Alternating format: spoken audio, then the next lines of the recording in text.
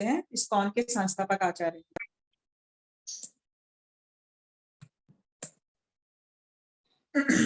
इसके बाद में अपने गुरु महाराज परम पूज्य गोपाल कृष्ण गोस्वामी महाराज और परम पूज्य राधानाथ स्वामी महाराज को भी प्रणाम करती हूँ। हम लोग भगवद गीता के 15वें अध्याय पर हैं। ये ज्ञान योग के अंतर्गत आता है।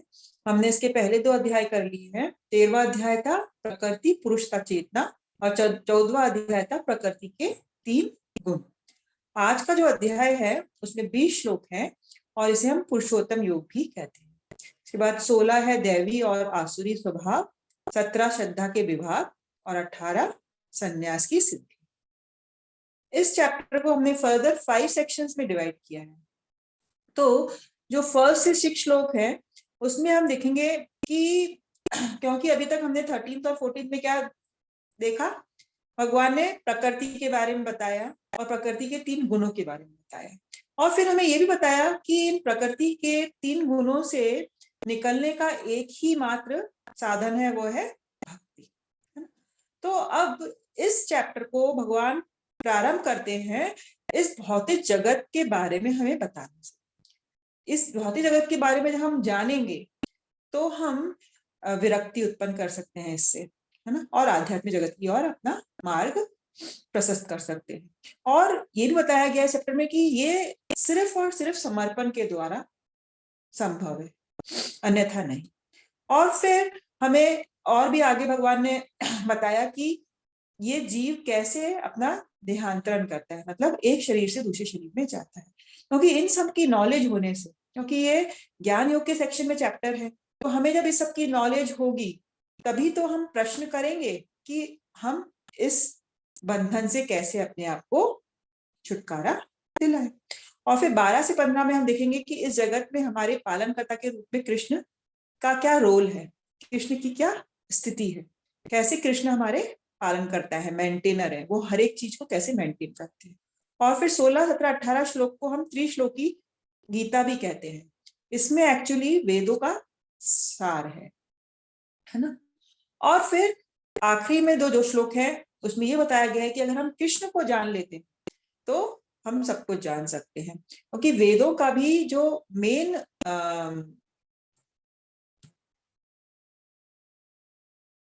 मकसद है वो क्या है, कृष्ण को समझना, कृष्ण को जानना। तो इस तरह से ये चैप्टर फ्लो करता है।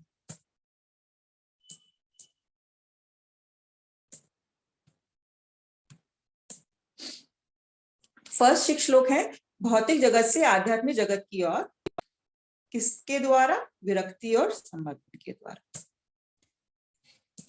आप में से ये कोई पढ़ना चाहेगा? मैं पढ़ लेती हूँ। हाँ जी। हरे कृष्णा। अध्याय 14 के साथ संबंध। पिछले अध्याय में कृष्ण ने कहा कि वह ब्रह्मांड के आधार पर परम आश्रय हैं। 14.27 कृष्णा ने यह भी कहा है कि भक्ति करने से भौतिक गुणों को पार किया जा सकता है और ब्रह्मन अवस्था को प्राप्त किया जा सकता है। 14.26 में लेकिन कृष्ण की भक्ति और उनके प्रति आसक्ति प्राप्त करने के लिए इस भौतिक जगत से विरक्त होना आवश्यक है। इस अध्याय में कृष्ण इस भौतिक जगत की आसक्ति तोड़ने की प्रक्रिया का वर्णन करते हैं। वे इस संसार की तुलना एक बरगद के वृक्ष और विरक्ति की तुलना इसको काटने वाले कुल्हाड़ी से करते हैं। इसके बाद वे पुरुषोत्तम योग का वर्णन करते हैं। भक्ति योग का महत्व जानने के बाद कोई पूछ सकता है कि वेदों के बारे में क्या। इस अध्याय में समझाया गया है कि वेदा अध्ययन का उद्देश्य कृष्ण को समझना है। हरे कृष्ण।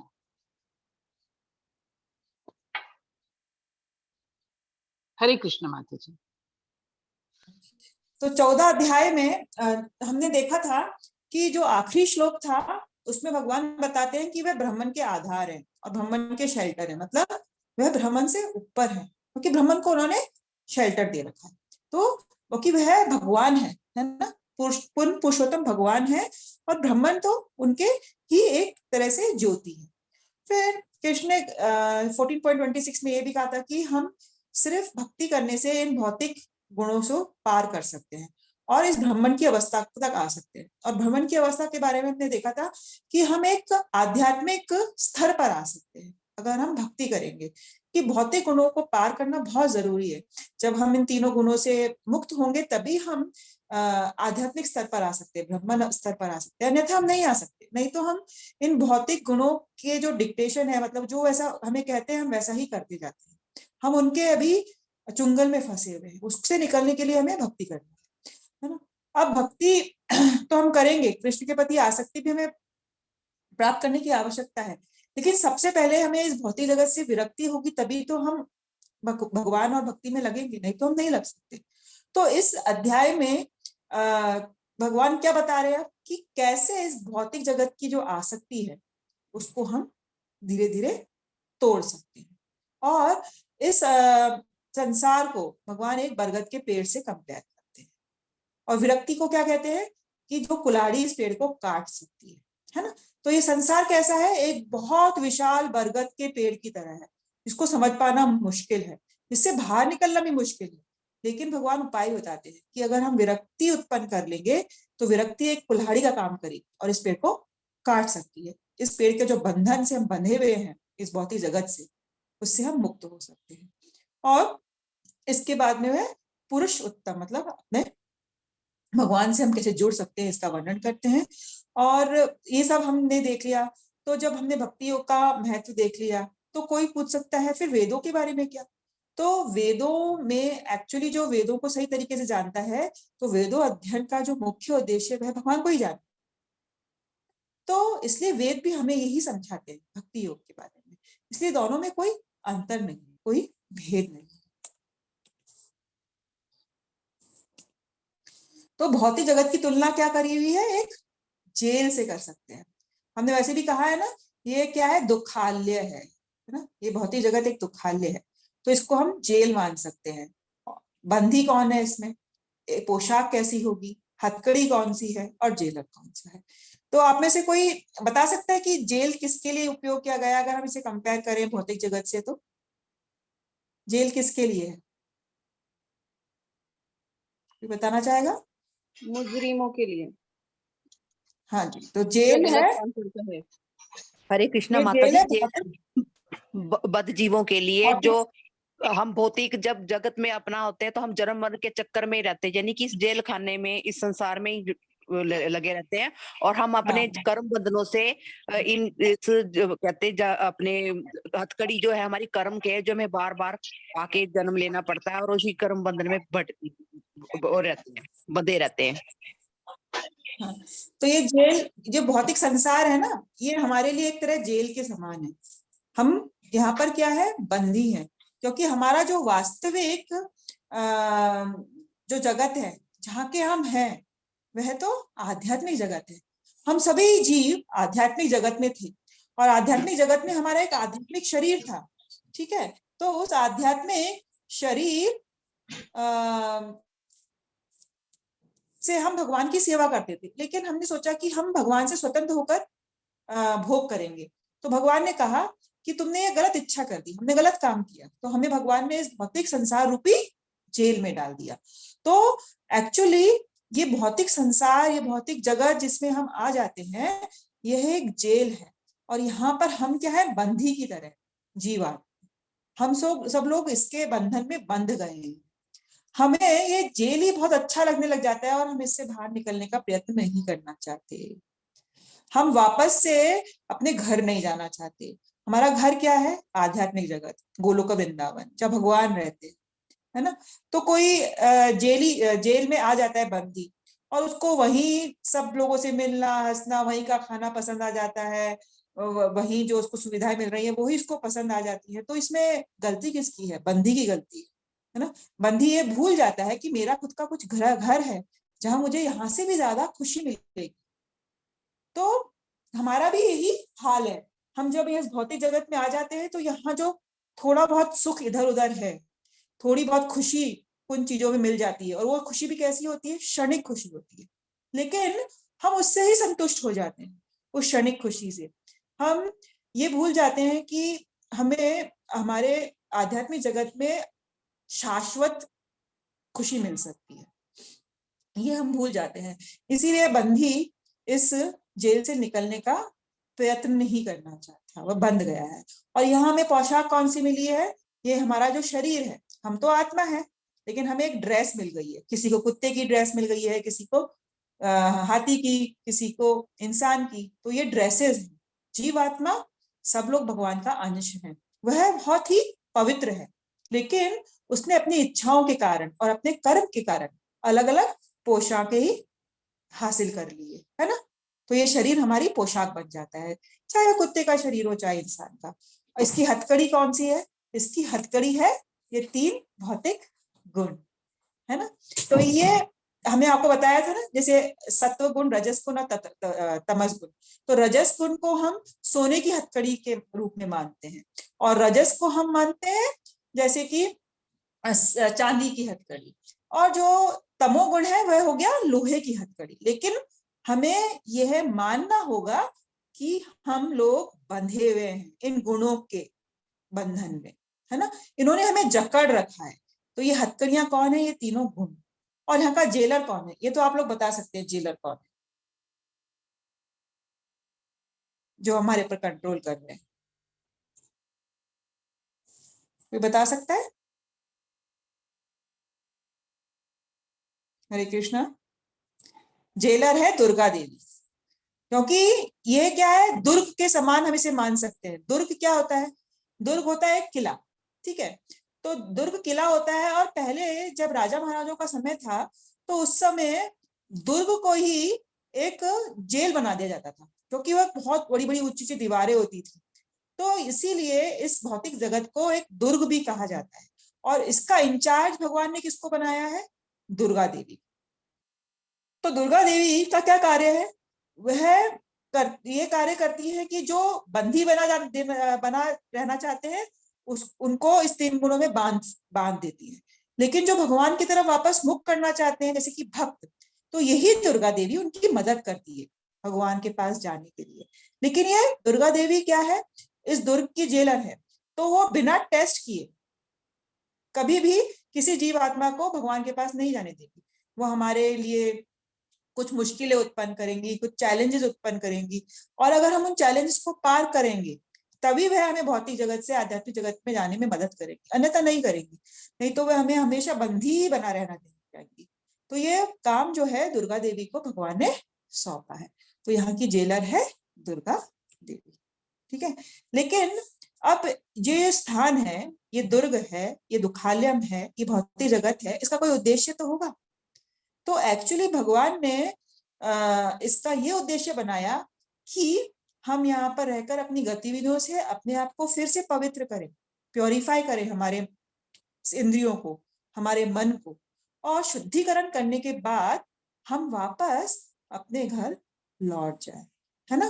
तो जैसे कि कोई गलत काम करता है, कोई आदमी, तो उसे जेल में डाल दिया जाता है ना, पनिशमेंट दिया जाता है। लेकिन अब पनिशमेंट का ये मतलब थोड़ी ना है कि वह आदमी फिर से जब से जेल से निकले फिर से वही गलती करे। उसमें बदलाव आना चाहिए, उसमें चेंजेस आने चाहिए, उसे अपनी गलती का एहसास होना चाहिए।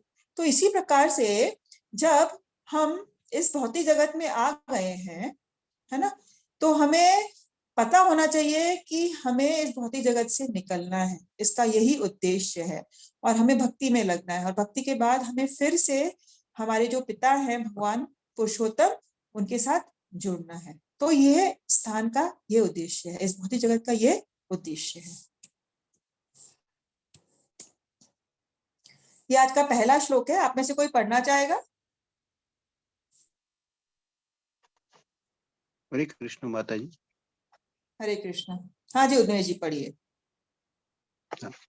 श्री भगवानुवाच उद्ध्वमूलमधःशाखम् अस्वस्थं प्राहुरव्ययम् छन्दांसि यस्य पर्णानि यस्तं वेद स वेदवित्।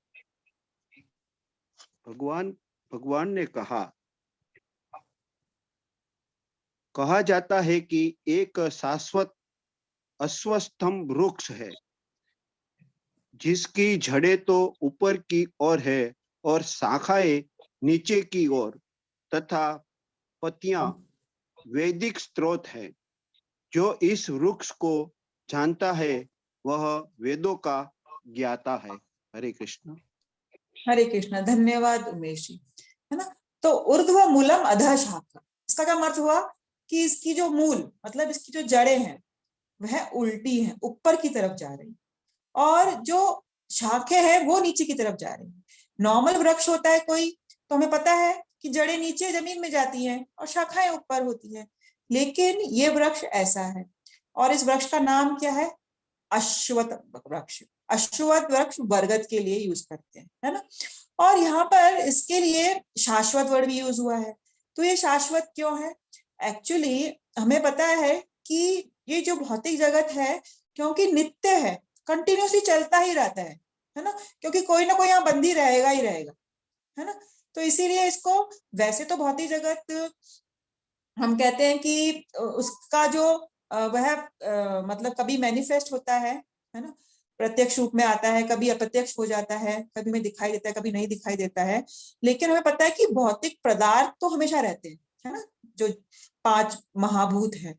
तो इस कारण से भी हम भौतिक जगत को या मटेरियल नेचर को शाश्वत कहते हैं, है ना। तो ये शाश्वत है, लेकिन ये कभी आता है कभी चला जाता है। जैसे कि ब्रह्मा जी का जब लाइफ स्पैन खत्म हो जाती है तो सब जो भी जीवात्माएं हैं वो वापस गर्भोदक्षा विष्णु में चली जाती है, और फिर से जब ब्रह्मा जी का जन्म होता है तो फिर से हम आते हैं। तो इस तरह से क्रिएशन होता रहता है, एनिहिलेशन होता रहता है। तो लेकिन जो तत्व है वह रहते हैं, 5 महाभूत तत्व रहते हैं।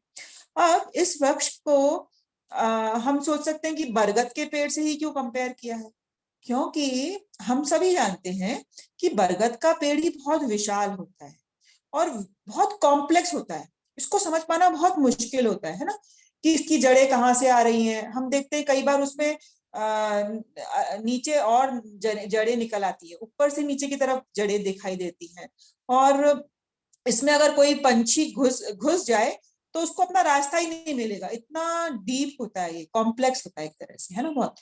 तो इसी प्रकार से ये भौतिक जगत भी बहुत ही जटिल है।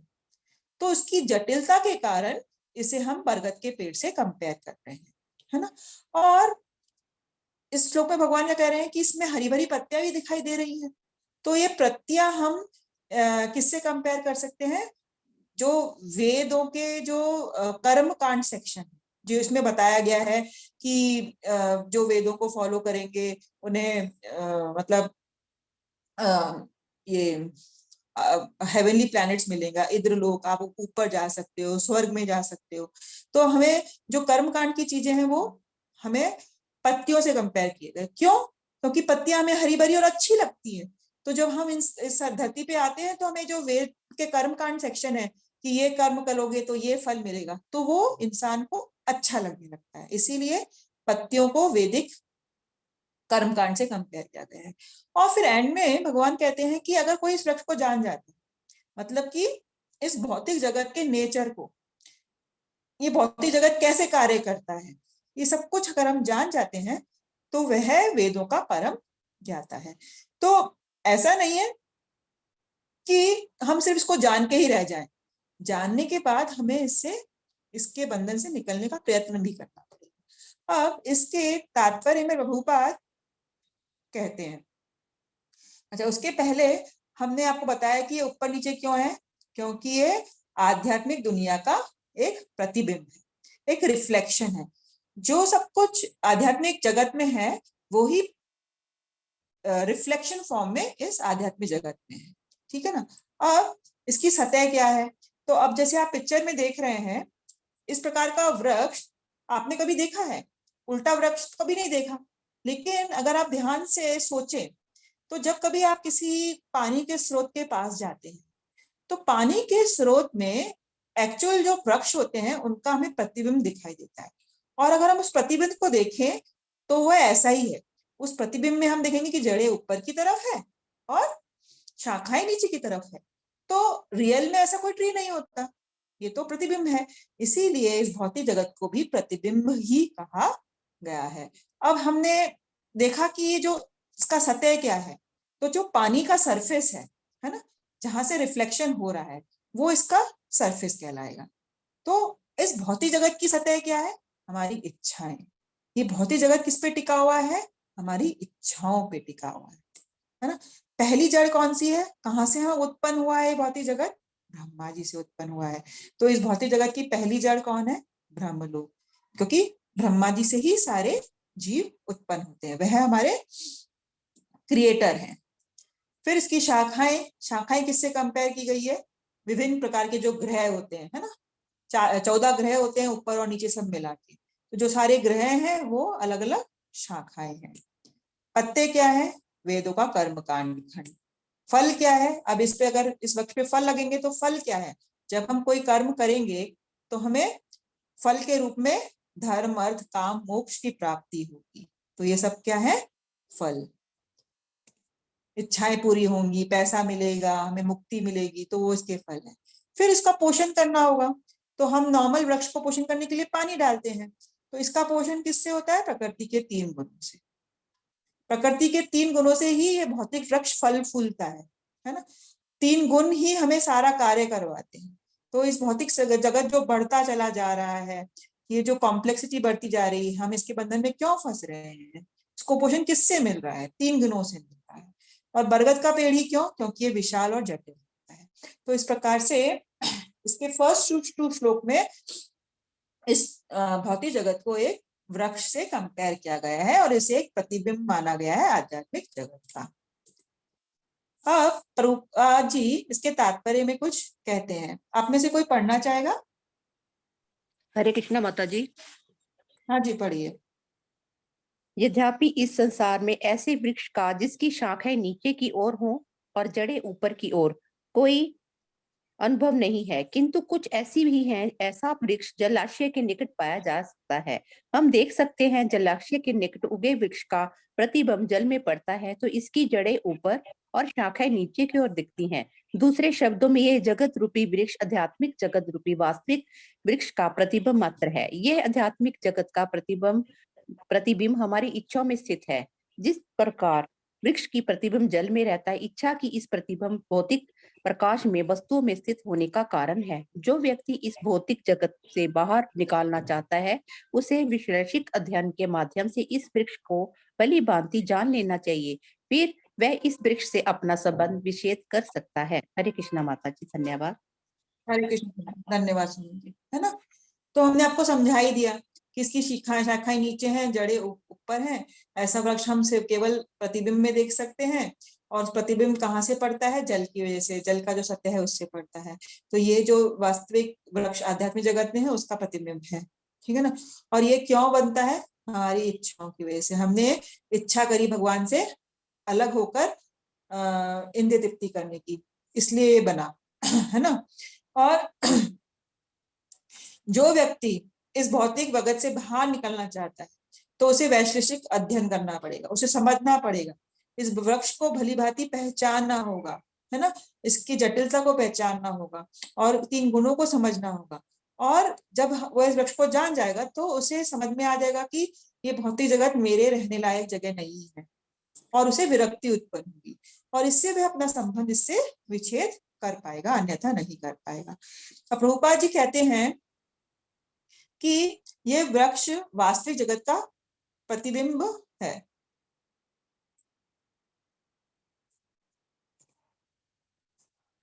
ना।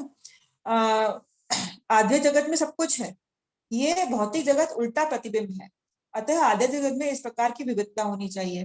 तो जैसे हम देखते हैं कि यहाँ पर कितनी विविधताएं, कितनी वेराइटीज हैं, तो इससे हमें अंदाजा होना चाहिए कि जो रियल वृक्ष है आध्यात्मिक जगत, वहां पे भी विविधता होगी।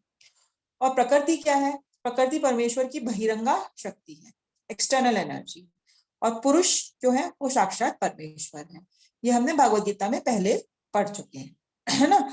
चूंकि ये अभिव्यक्ति भौतिक है अतः क्षणिक है।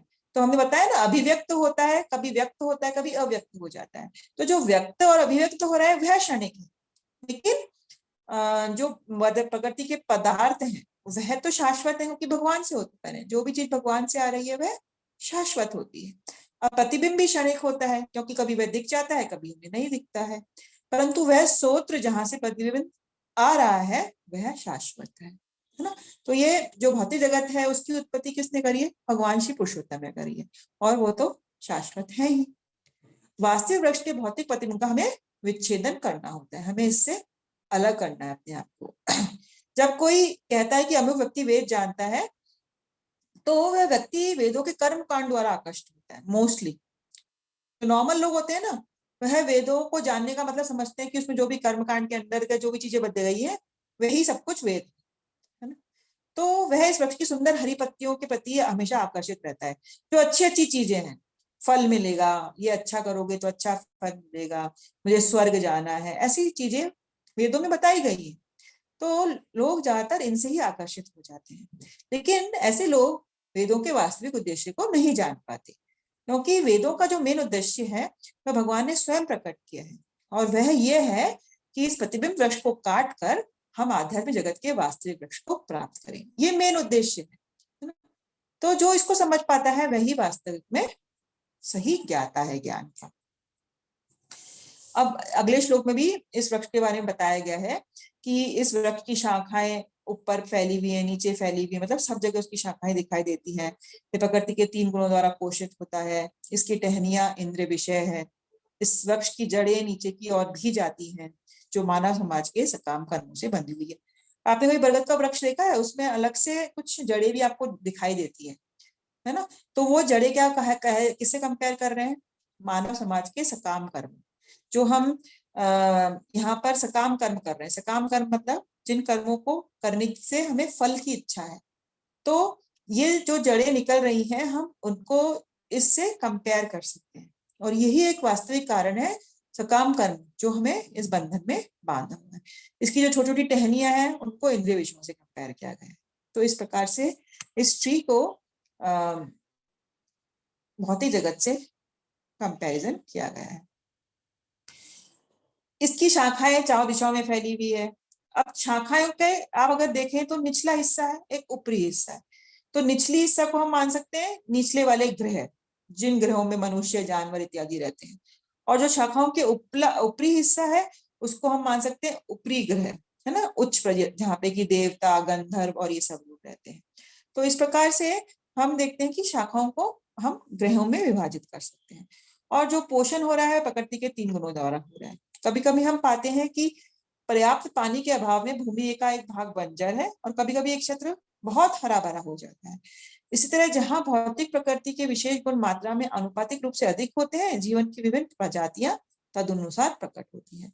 इस लास्ट लाइन का यह अर्थ है कि अगर किसी भूमि है, भूमि पर पानी गिर रहा है, लेकिन कोई भूमि तो बंजर रहती है और कोई भूमि बहुत हरी भरी हो जाती है।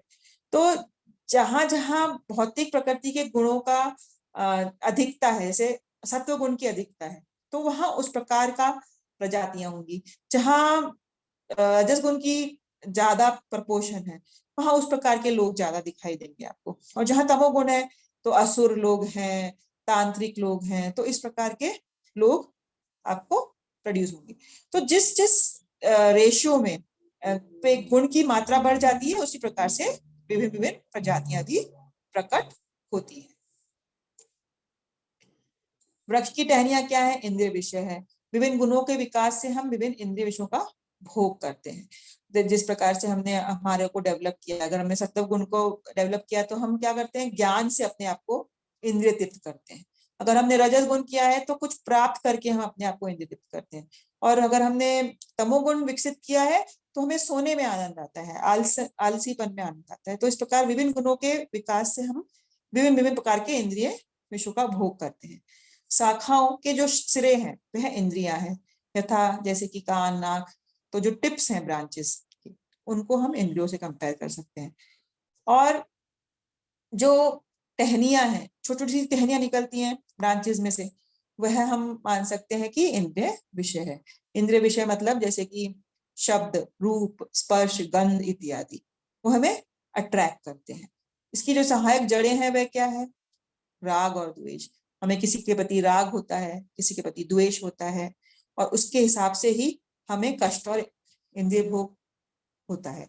अगर हमें किसी के बाद अटैचमेंट है तो हमें खुशी होती है, किसी के साथ हमें द्वेष है तो हम उस प्रकार का उससे बिहेवियर करते हैं, और किसी के साथ द्वेष रखने से हमें कष्ट होता है। तो इस प्रकार से ये हमारे हमें बांधता है।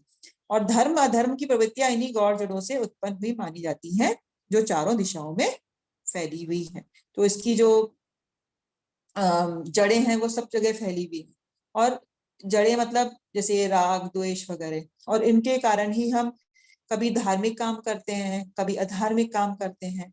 हमारी प्रवृत्तियां भी उसी के हिसाब से विकसित होती हैं, जिस प्रकार से हम बिहेव करते हैं, जिन गुणों का हम में अधिकार है, ज्यादा है। तो इस प्रकार से हम कभी अच्छा काम करते हैं, कभी बुरा काम करते हैं, और इसकी वास्तविक जड़ ब्रह्मलोक में है। जब मनुष्य उस लोगों के पुण्य कर्मों का फल भोग लेता है तो उसे वापस इस धरती पर आना करता है, और फिर से वह अपनी उन्नति के लिए फिर से सकाम कर्मों में जुड़ जाता है। इसीलिए ये जो मनुष्य का लोक है, ये क्या है, मनुष्य के लिए एक कर्म क्षेत्र की तरह है।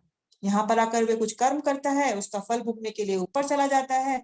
जब उन फलों का जो फल है वह पूरा हो जाता है तो उसे फिर से यहाँ आना पड़ता है। तो इस प्रकार से ये साइकिल लगातार चलती रहती है, और मनुष्य इस भौतिक जगत के वृक्ष में फंसा रहता है। राग द्वेष, खुशी, संकट, आसक्ति के कारण वह हमेशा अपनी इंद्रिय तृप्ति की इच्छाओं के कारण यहाँ से निकल ही नहीं पाता है। अब थर्ड और फोर्थ में भगवान ये कह रहे हैं कि इस वृक्ष के वास्तविक स्वरूप का अनुभव इस जगत में नहीं किया जा सकता, जो रियल ट्री है। तो आध्यात्मिक जगत का हम अनुभव यहाँ पर नहीं कर सकते। कोई भी नहीं समझ सकता कि इसका बिगनिंग कहाँ से हुई, इसका अंत कहाँ है, इसका मेन आधार कहाँ है, हमें समझ में नहीं आता। लेकिन फिर भी हमें ये समझ लेना चाहिए कि हमें इसे काटना है, इसके जंजाल से बाहर निकलना है। तो दृढ़ मूल वाले वृक्ष को विरक्ति के शब्द से हमें गिराना पड़ता है। हमें दृढ़ता से, डिटर्मिनेशन से हम इस जो कुल्हाड़ी को, कुल्हाड़ी क्या है, विरक्ति, तो इस विरक्ति की कुल्हाड़ी को हम दृढ़ता से तेज कर सकते हैं। तो हमें ये जो कुल्हाड़ी है इस पेड़ को काटने में बहुत मदद करेगी। फिर जब हमने इस वृक्ष को काट दिया तो हमें क्या करना है, ऐसे स्थान की खोज करनी चाहिए जहां पर जाकर हमें वापस ना आना पड़े इस पेड़ के अंदर। पेड़ से एक बार निकल गए तो वापस नहीं आना चाहिए। तो हमें काटने के बाद कहीं जाना होगा। तो वो क्या है, अनादिकाल से प्रत्येक का सूत्रपात तथा विस्तार होता आया है, वह है भगवान का जगत, भगवान की शरण। अगर हमने भगवान की शरण ले ली तो हमें इस भौतिक जगत में वापस नहीं आना पड़ेगा। ठीक है। अब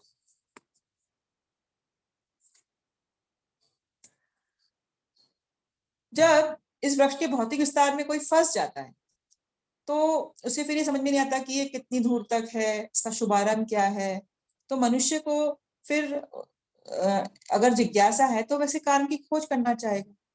तो वह क्या करता है, वो पहले तो पता करता है कि मेरे पिता कौन है, और फिर ये पता करता है कि धीरे धीरे उसे पता चलता है कि जो मनुष्य की पूरी प्रजाति है ये ब्रह्मा जी से प्राप्त हुई है। फिर जब उसे ये पता चलता है कि अच्छा ब्रह्मा जी कहाँ से आए, तो ब्रह्मा जी तो गर्भतः विष्णु से आए। तो जब उसे गर्भतः विष्णु तक पहुंच जाता है तो उसे पता चलता है कि जो गर्भतः विष्णु है वो तो भगवान के विस्तार है। तो फिर अंततः भगवान तक पहुंच जाता है, और फिर वहां पर जब पहुंच जाता है तो उसकी सारी गवेषणा अंत हो जाती है, क्योंकि उसे पता चल जाता है कि भगवान श्री कृष्ण पुरुषोत्तम ही इस भौतिक जगत की वास्तविक जड़ है।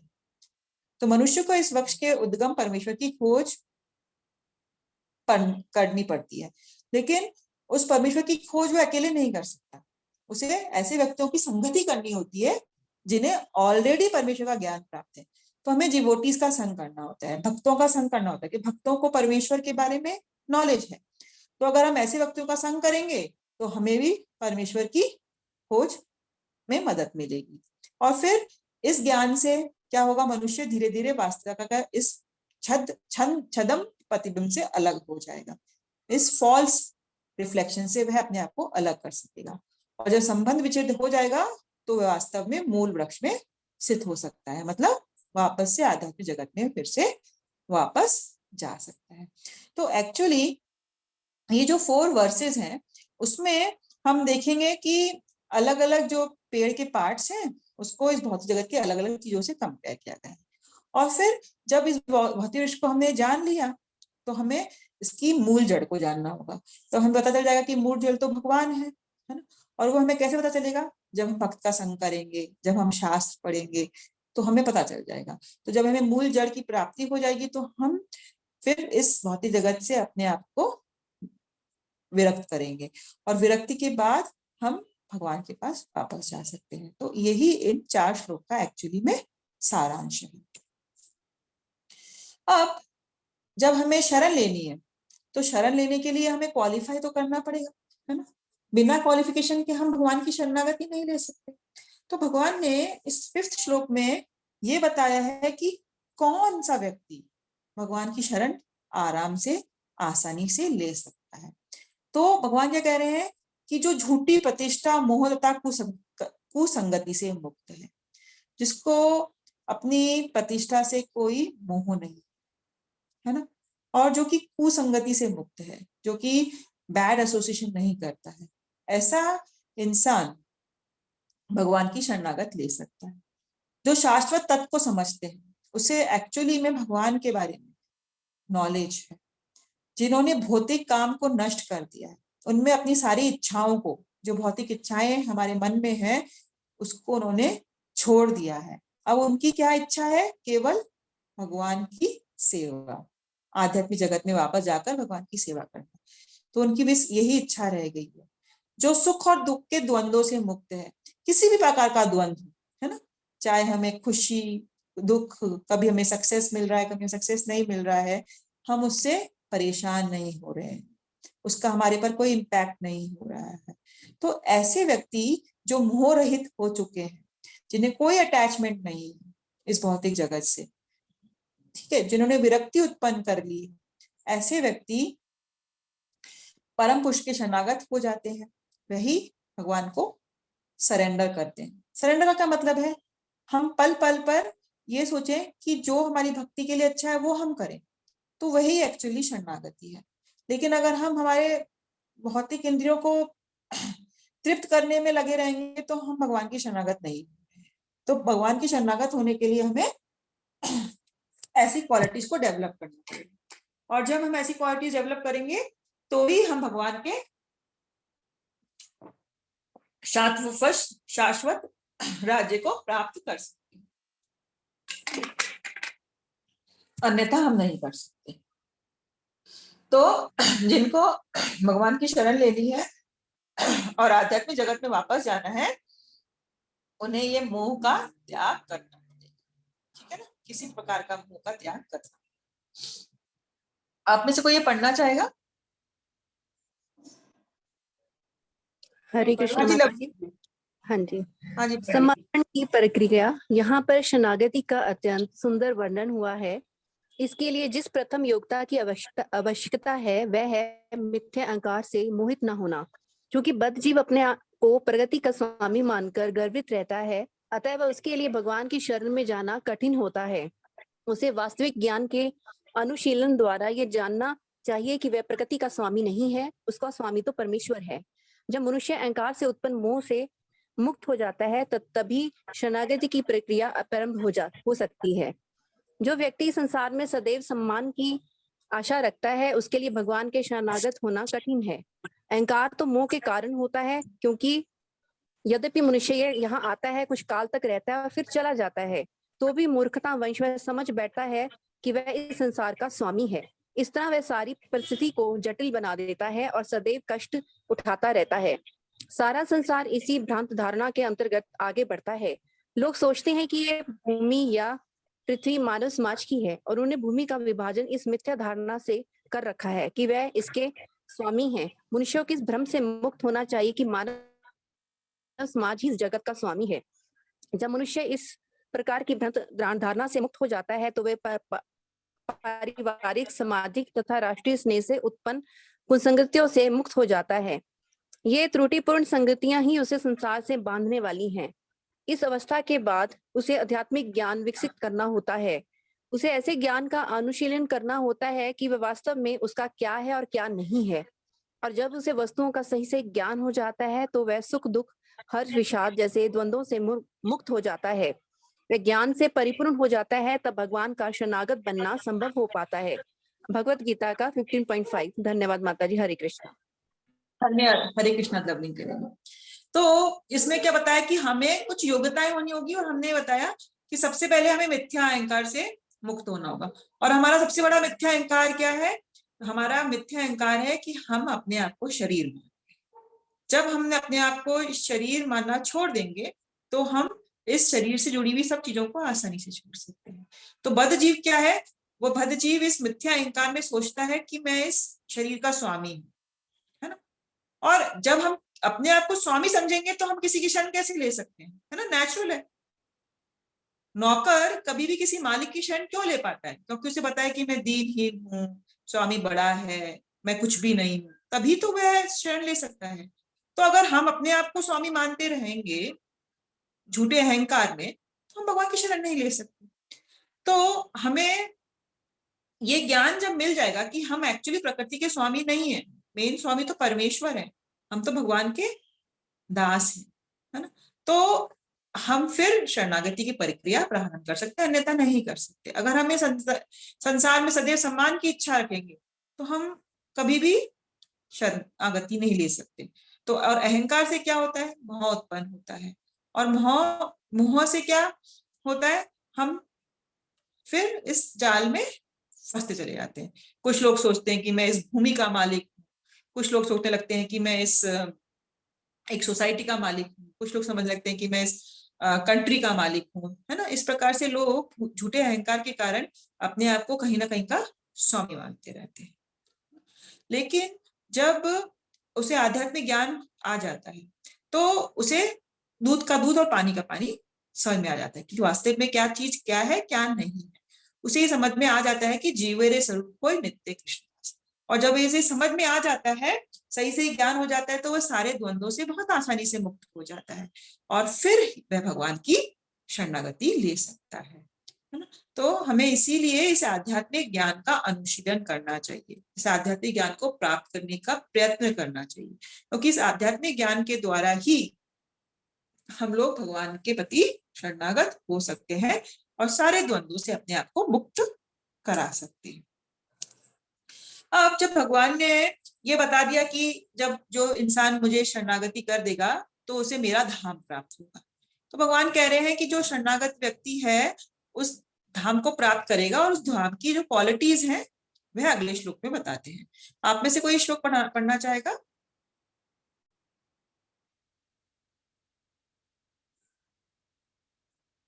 हाँ जी, लवलीन बोलिए जी, बोलिए।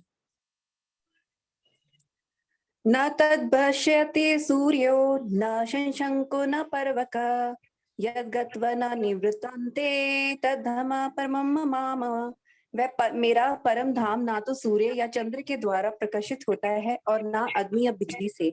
जो लोग वहां पहुंच जाते हैं वे भौतिक जगत में फिर से लौट कर नहीं आते। भगवद गीता 15.6। हरे कृष्णा माता जी। धन्यवाद। हरे कृष्ण। धन्यवाद कवि जी, है ना। न तद्भासते सूर्यो न शशांको न पावकः यद्गत्वा न निवर्तन्ते तद्धाम परमं मम। तो अपने धाम के बारे में भगवान क्या बता रहे हैं?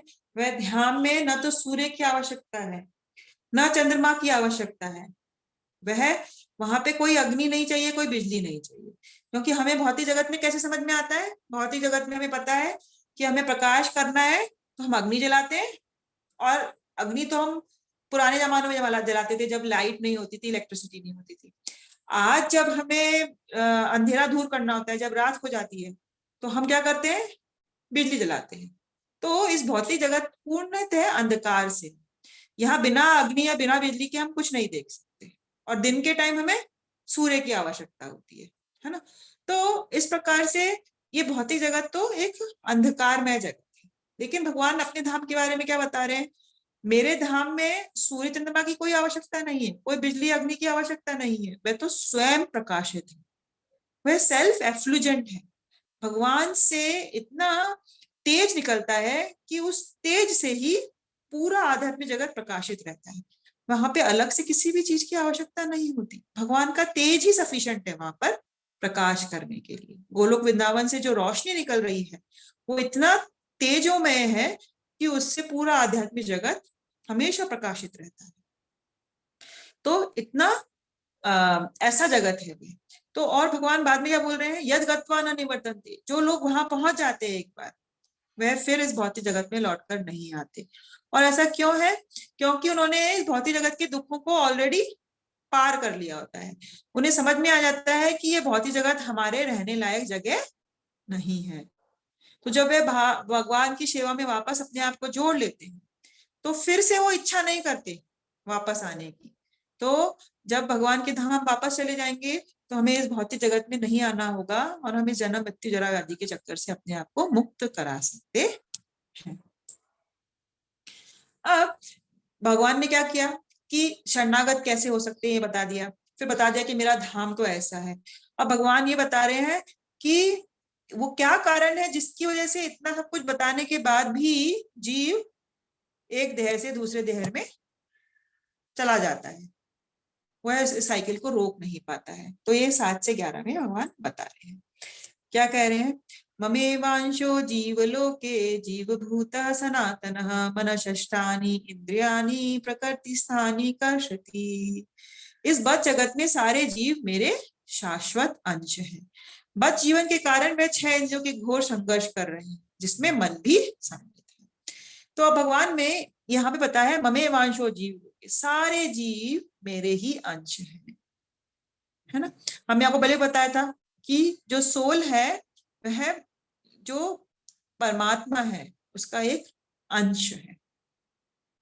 अब अंश का अर्थ हमने क्या बताया था, अंश जैसे कि एक गोल्ड की खान है ना, सोने की खान है, वहां सोना ही सोना है। अब उस सोने की खान में से हम एक अंगूठी बना लेते हैं, तो खान खान रहेगी, अंगूठी अंगूठी रहेगी, क्योंकि मात्रा में कम है ना। सोने की जो मात्रा अंगूठी बनाने में उपयोग हुई है वह खान की तुलना में कुछ भी नहीं। लेकिन हमें ये पता है कि जो सोने की क्वालिटी खान के सोने में है, वही इस अंगूठी के सोने में भी वही क्वालिटी है।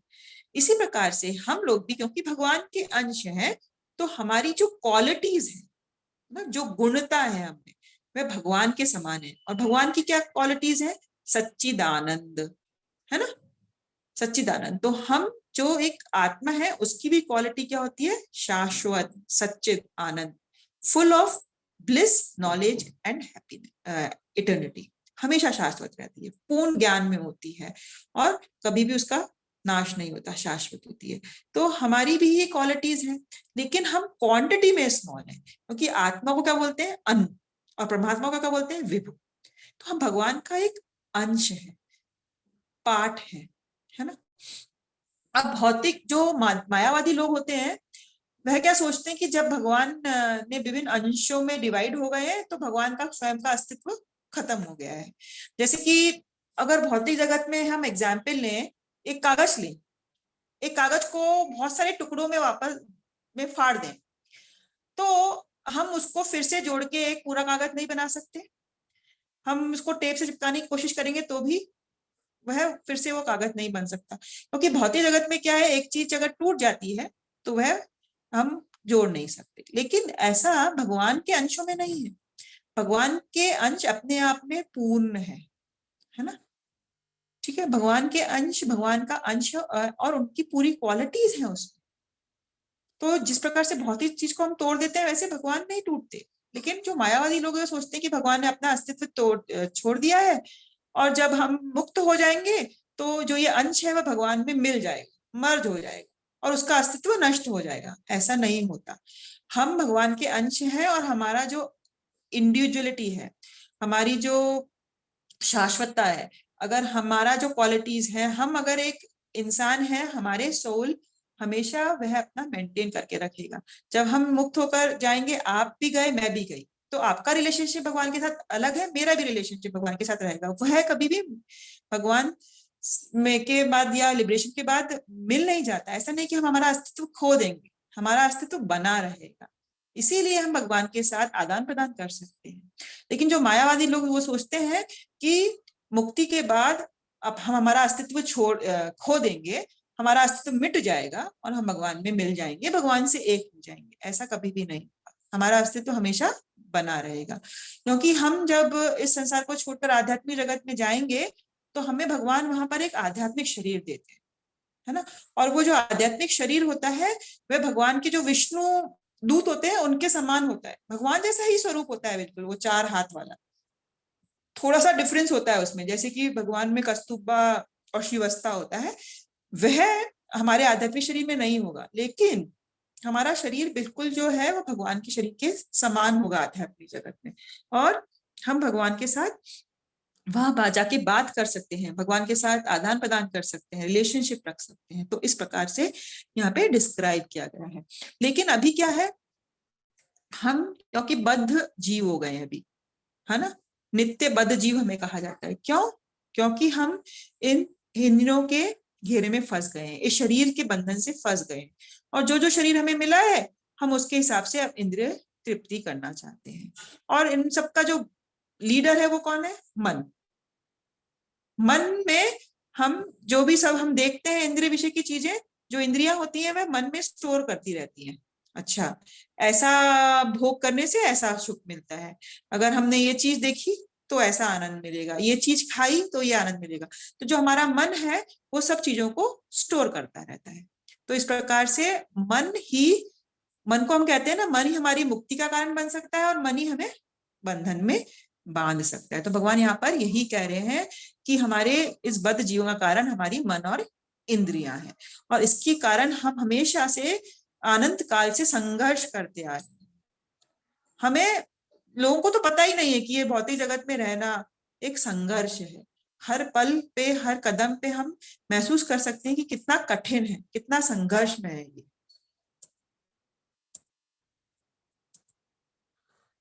तो इस संसार में जीव अपनी देहात्म बुद्धि को एक शरीर से दूसरे में उसी तरह ले जाता है जिस प्रकार वायु सुगंध को ले जाती है।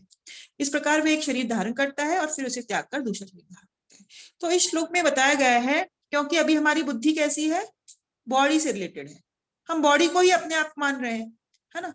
तो जब हम ये शरीर छोड़ देते हैं तो हमारे जो मन में स्टोर्ड डिजायर्स होती हैं, इच्छाएं होती हैं हमारे मन में, तो वह क्या होती है, वो हमारे दूसरे शरीर तक कैरी होती है सूक्ष्म शरीर के द्वारा, है ना, मन के द्वारा, मन बुद्धि के द्वारा।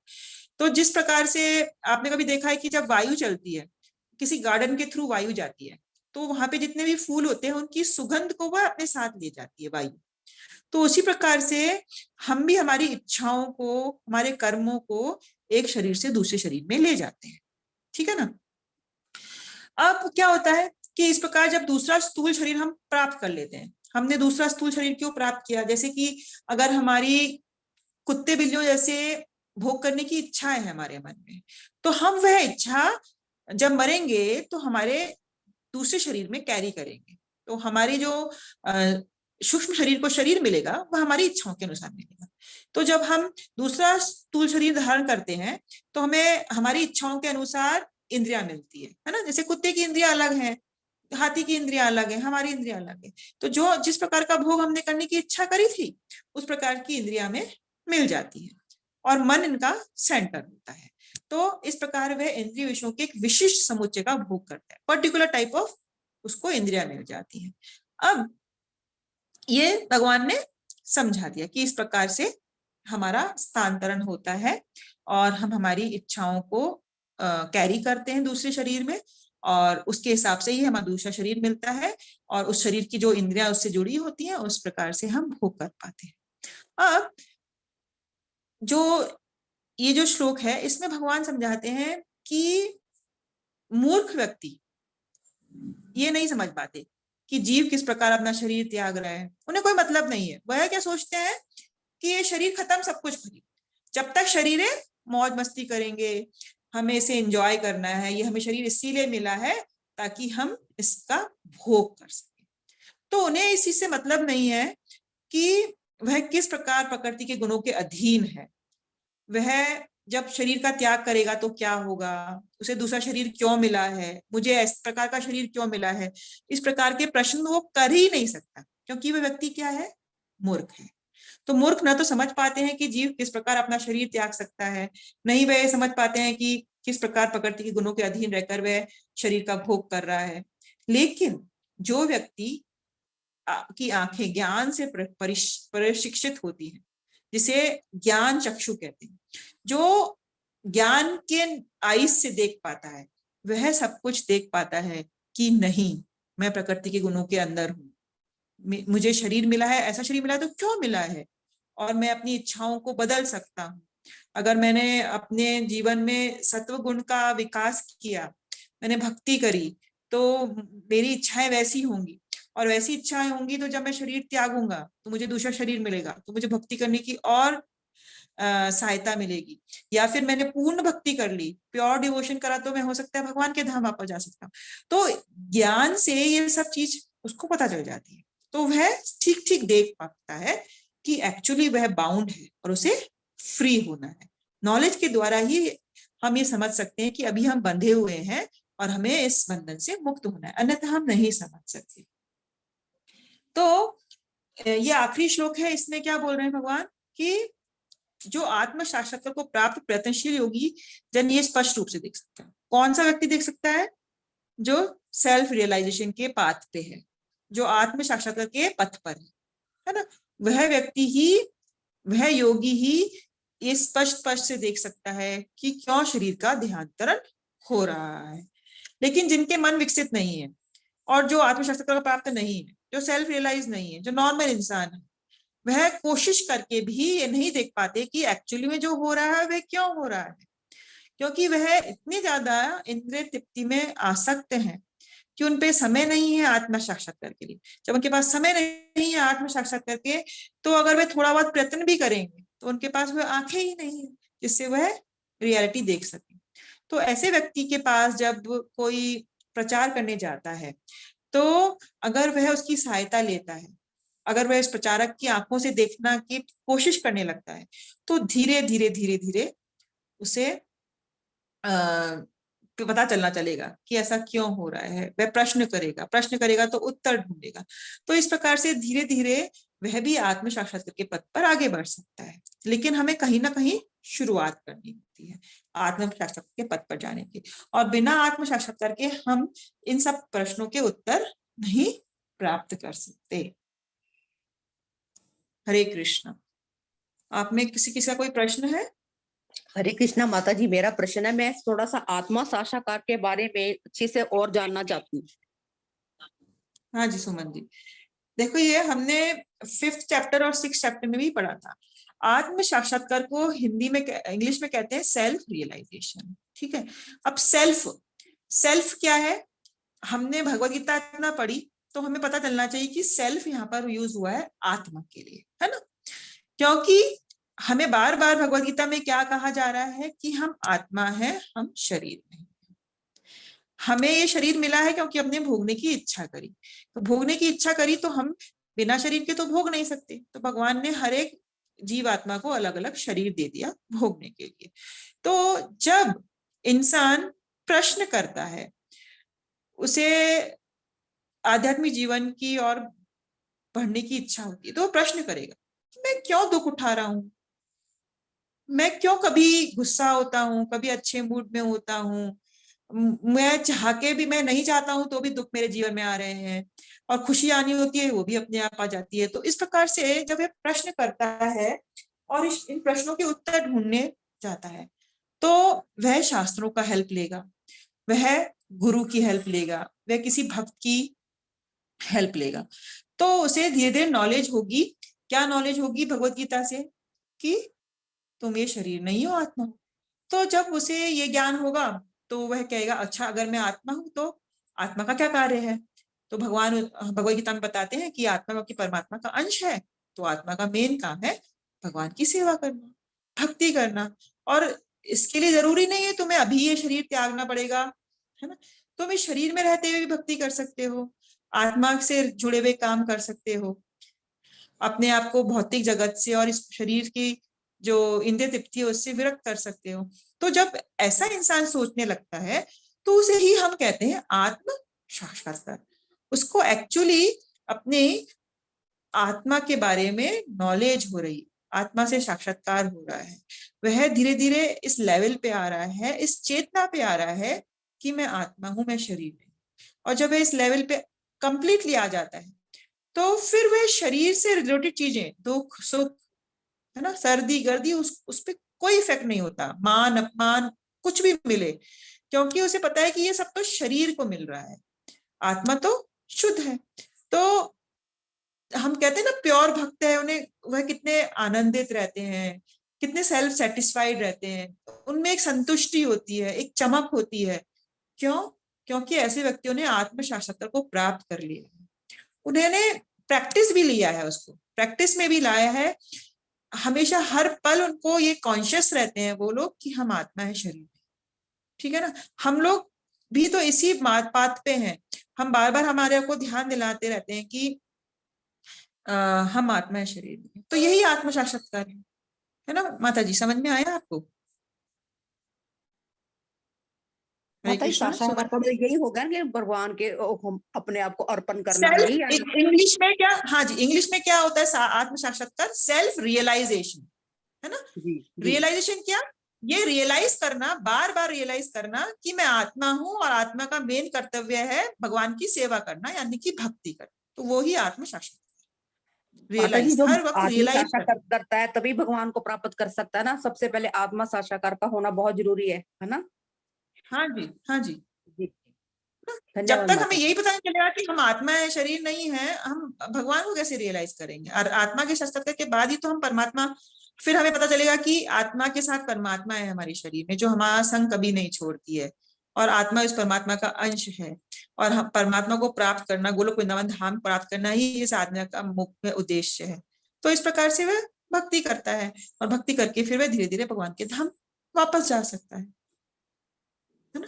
तो ये रियलाइजेशन होना, फिर कहते हैं परमात्मा रियलाइजेशन होना, परमात्मा का आपको साक्षात्कार होता है, परमात्मा साक्षात्कार हुआ, फिर भगवान, भगवान रियलाइजेशन, है ना।